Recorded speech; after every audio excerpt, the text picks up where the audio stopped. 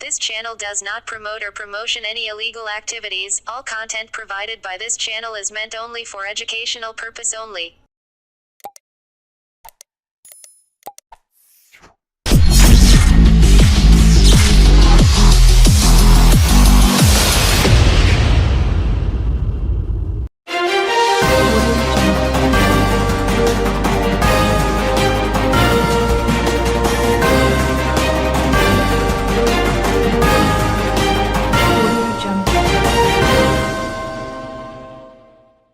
শুক্রবার সকাল থেকে শুরু হয়েছে কোন্নগর পৌরসভার জিটি রোড সংলগ্ন বাজার এলাকায় প্লাস্টিক মুক্তকরণ করার অভিযান। এলাকার বাজারে বিভিন্ন দোকানে গিয়ে পৌরসভার সদস্যরা দোকানদাররা কত মাইক্রনের প্লাস্টিক ব্যবহার করছেন সেই নিয়ে পরীক্ষা করে দেখছেন। যাদের নির্দিষ্ট মাইক্রনের নিচে প্লাস্টিক হচ্ছে তাদেরকে জরিমানাও করা হচ্ছে। কোন্নগর বাটা বাজার সংলগ্ন এলাকায় প্রায় 10 জন দোকানদার ও ক্রেতা যারা প্লাস্টিক ব্যবহার করছেন তাদের সকলকে জরিমানা করা হয়। বিক্রেতাদের জন্য 500 টাকা ও ক্রেতাদের 50 টাকা জরিমানা শুরু করা হয়েছে। এর মূল লক্ষ্য প্লাস্টিক মুক্তকরণ করা, কারণ প্লাস্টিকের প্রভাবেই বর্ষার সময় বিভিন্ন নালা-নর্দমা তার সম্পূর্ণ বন্ধ হয়ে যায়, যার ফলে জলোচ্ছ্বাস ঘটে। এই সময় ডেঙ্গুর উপদ্রব বেশি থাকে, তাই এলাকা পরিষ্কার পরিচ্ছন্ন রাখতে উদ্যত কোন্নগর পৌরসভা। এই বিষয়ে কোন্নগর পৌরসভার পৌর প্রধান স্বপন কুমার দাস তিনি জানান, কোন্নগর পৌরসভার বিভিন্ন এলাকায় ঘুরে ঘুরে কোথায় কোথায় প্লাস্টিক রয়েছে তা নিয়ে ধরপাকড় চলছে পৌরসভার উদ্যোগে। চেয়ারম্যানের কথায় শুধুমাত্র ক্রেতা বিক্রেতাদেরকে প্লাস্টিকের ব্যবহার থেকে আটকালে চলবে না, তার সঙ্গে এই প্লাস্টিক উৎপাদনকারী যে ফ্যাক্টরিগুলো রয়েছে সেগুলিকেও বন্ধ করতে হবে। তা না হলে প্লাস্টিক মুক্ত পৌরসভা তৈরি করা সম্ভব হবে না। ঠিক আছে,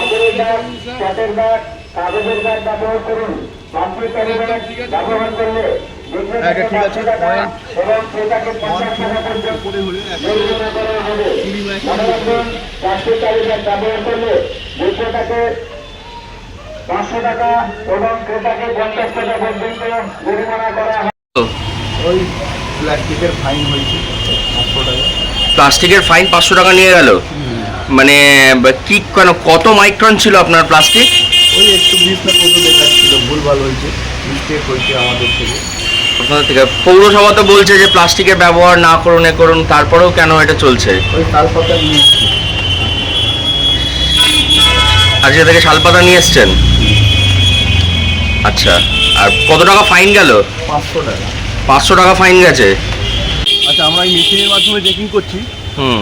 এই মেশিনে এটা মিলিমিটার দেখাচ্ছে, আর এটা যদি 0.12 এবং তার উপরে হয় তাহলে এটা 120 মাইক্রনের উপরে হবে।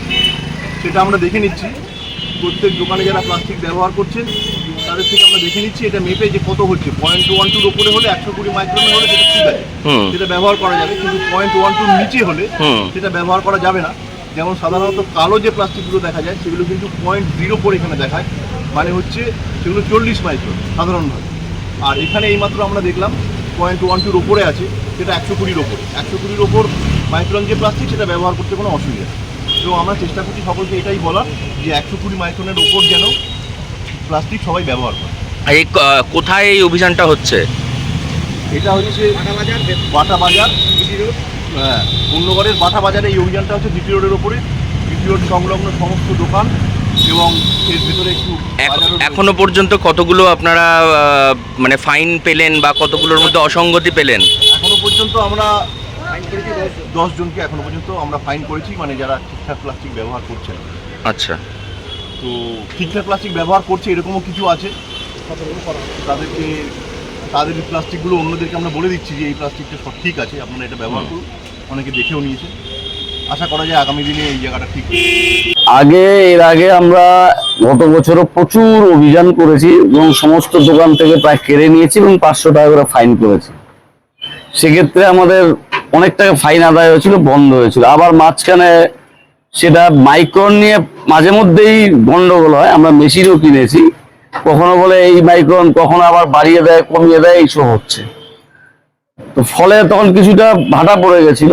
তো আবার গতকাল এসডিও সাহেব ভার্চুয়াল মিটিং করেছিলেন, তাতে আমাদের নির্দেশ দিয়েছিলেন যে যেভাবে প্লাস্টিক মুক্ত শহর করতে হবে। তো সেই অভিযানে আমরা তার আগেই মাইকিং করেছি। মাইকিং করার পর আজকে অভিযানে নেমেছিলাম বাটা বাজার, তারপরে জিটি রোড বাজার, এই সমস্ত জায়গায় ধরে ধরে আমরা 500 টাকা করে ফাইনও করেছি, প্লাস যেখানে প্লাস্টিক পেয়েছি সেখানে সব আমরা কেড়ে নিয়েছি, সব দোকানদারদের থেকে কেড়ে নিয়েছি। আর সমস্যাটা হচ্ছে মানুষ যে সমস্ত প্রশ্ন তুলছে সেগুলো আমরা সঠিক উত্তর দিতে পারছি না। বলছে পলিথিনের মধ্যে কিছু জিনিস প্যাকেটজাত দ্রব্য হয়ে আসছে, সেটা আটকানোর কোনো রাস্তা আমাদের কাছে নেই। ধরুন ওষুধের শিশির মধ্যে, প্লাস্টিকের শিশির মধ্যে ওষুধ আছে, সেটা আমরা আটকাবো কি করে? এবং এগুলি এই যে বর্ষাকাল, এগুলি বিভিন্ন যে জল বেরোবার জায়গা সেগুলি গিয়ে সেগুলি ব্লকেজ হয়ে যাচ্ছে, মানুষ খেয়ে সেগুলি বাইরে ফেলে দিচ্ছে, ফলে বর্ষার জল দাঁড়িয়ে যাচ্ছে। কিন্তু আমরা চাই এটার মূলে আঘাত করতে, অর্থাৎ প্লাস্টিক বন্ধ না হলে, কারখানাগুলো যেখান থেকে উৎপাদন হচ্ছে সেখানে বন্ধ না হলে, ধরুন এমন বিস্কুট মাল্টিন্যাশনাল কোম্পানির জিনিস সেগুলি প্লাস্টিক প্যাকিং হয়ে দোকানে আসছে, মালটা তো আমরা দোকান থেকে সিজ করতে পারছি না, কিন্তু তার কভারটা রয়েছে প্লাস্টিকের। বিভিন্ন শাড়ি, ধুতি, বিভিন্ন জিনিস সেগুলি সব পলিথিন সিল প্যাকিং হয়ে আসছে, তো এগুলি আমরা ধরবো কি করে? তাই প্লাস্টিকটা আমরা চাইছি কেন্দ্রীয় সরকার অবিলম্বে প্লাস্টিক উৎপাদনটা বন্ধ করে দেওয়া হোক, যে এই মাইক্রনের নিচে আমরা কোনো প্লাস্টিক উৎপাদন করতে দেবো, কিন্তু সেখানটায় কেউ সেই জায়গাটায় হাত দিচ্ছে না। আজকে যদি পলিথিনটা বন্ধ হতো তাহলে পশ্চিমবাংলার যে জুট শিল্প, যে লক্ষ লক্ষ মানুষ জুট মিলগুলোতে কাজ করছে, আজকে যাদের সঠিকভাবে কাজ নেই, কিচ্ছু নেই, সেই জুট ইন্ডাস্ট্রিগুলি বাঁচত, কিন্তু সেগুলি গভর্নমেন্ট জানি না কেন করবে না। ধরুন ফুড কর্পোরেশনে লক্ষ লক্ষ বস্তা প্রয়োজন, সেগুলি আগে দেখতাম চটের বস্তায় আসতো, শস্য, ডাল, ছোলা, এখন দেখা যাচ্ছে সেগুলি সব প্লাস পলিথিনের বস্তায় আসছে। সরকার যদি সেটা না আটকায়, আমরা নিচের তলায় কত লড়াই করব? এগুলি আমরা কিভাবে আটকাবো? ধরুন প্লাস্টিকের মধ্যে ছোলা আসছে, প্লাস্টিকের ব্যাগের মধ্যে মুসুর ডাল আসছে, মুগ ডাল আসছে, সেগুলি আমরা আটকাবো কি করে? এবং এগুলি তো জঞ্জাল হয়ে যাচ্ছে, পরবর্তীকালে ফেলে দিচ্ছে। সিমেন্টের ব্যাগ, আগে ছোটবেলা দেখেছি সমস্ত সিমেন্ট আসতো চটের ব্যাগে, এখন সব পলিথিনে, এবং এগুলি মানুষ ফেলে দেয়। কাজেই সরকার যদি সঠিকভাবে সিদ্ধান্ত না নেয়, আমরা যতই করি তাহলে ফাঁক বলেই জিনিসগুলো থেকেই যাবে। তাই আমরা চাইছি কেন্দ্রীয় সরকার এমন ব্যবস্থা গ্রহণ করুক যাতে চট শিল্পটাও বাঁচে, পশ্চিমবাংলার লক্ষ লক্ষ মানুষ যারা এই চট শিল্পের সঙ্গে জড়িত, চট পাট চাষের সঙ্গে জড়িত, তাদের সংসারগুলো যেমন বাঁচবে, তেমনি পরিবেশ দূষণ থেকেও আমরা রক্ষা পাবো। দুটো একসঙ্গে হবে। কাজেই চাইবো কেন্দ্রীয় সরকারের কাছে আবেদন যে আপনারা প্লাস্টিক উৎপাদনটা ব্যান করে দিন, তাহলেই কিন্তু এর থেকে সমস্যা পাওয়া যাবে মূলে, তা নাহলে কিন্তু এই সমস্যা মিটবে না। আমরা অভিযান করলাম, আজকে করব, কালকে এমন সব জিনিস মানুষের আজকে এমন সব কথা বলেছে যেগুলি আমরা তার উত্তর দিতে পারছি না, আমার কাছে প্র্যাকটিক্যালি কোনো উত্তর নেই। কাজেই চাইছি সমূলে এটা উৎপাদিত হোক, উৎপাদন থেকেই বন্ধ হোক। হ্যাঁ, উৎপাদনের জায়গায় বন্ধ করা হোক। আমরা কোন্নগরে এর আগে একটা প্লাস্টিক কারখানা ছিল, সেই কারখানাটাকে বন্ধ করে দিলাম, ট্রেড লাইসেন্স বন্ধ করে দিলাম, তারপরে তারা এসে বলছে দাদা ওই তো পাশে অমুক জায়গায় আসছে, বিহার থেকে আসছে, ইউপির থেকে আসছে, সব জায়গার থেকে আসছে, তাহলে আপনারা পশ্চিমবাংলার শিল্পগুলো আমরা করে খাচ্ছি, সেগুলি বন্ধ করছেন কেন? সমস্যাটা তো ওই জায়গায় এসে দাঁড়াচ্ছে। ধরুন যেগুলি বর্ডার এলাকা, পশ্চিমবাংলার সঙ্গে বর্ধমান জেলার যে বর্ডার রয়েছে, সেখানে এক রাস্তার এই পাশে বিহার, ওই পাশে বাংলা, ওই পাশে চলবে, এই পাশে চলবে না, তাহলে কি করে হবে? এবং মানুষ তো ওই পাশের লোক এই পাশে আসবে।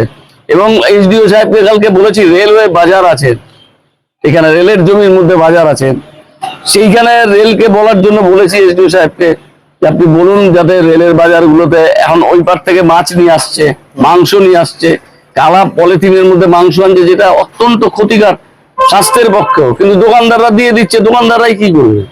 বাজারে তো ঢালাও বিক্রি হচ্ছে, বিক্রিটা বন্ধ করতে না পারলে, উৎপাদনটা বন্ধ না করতে পারলে কিন্তু সম্পূর্ণটা না করা যাবে না।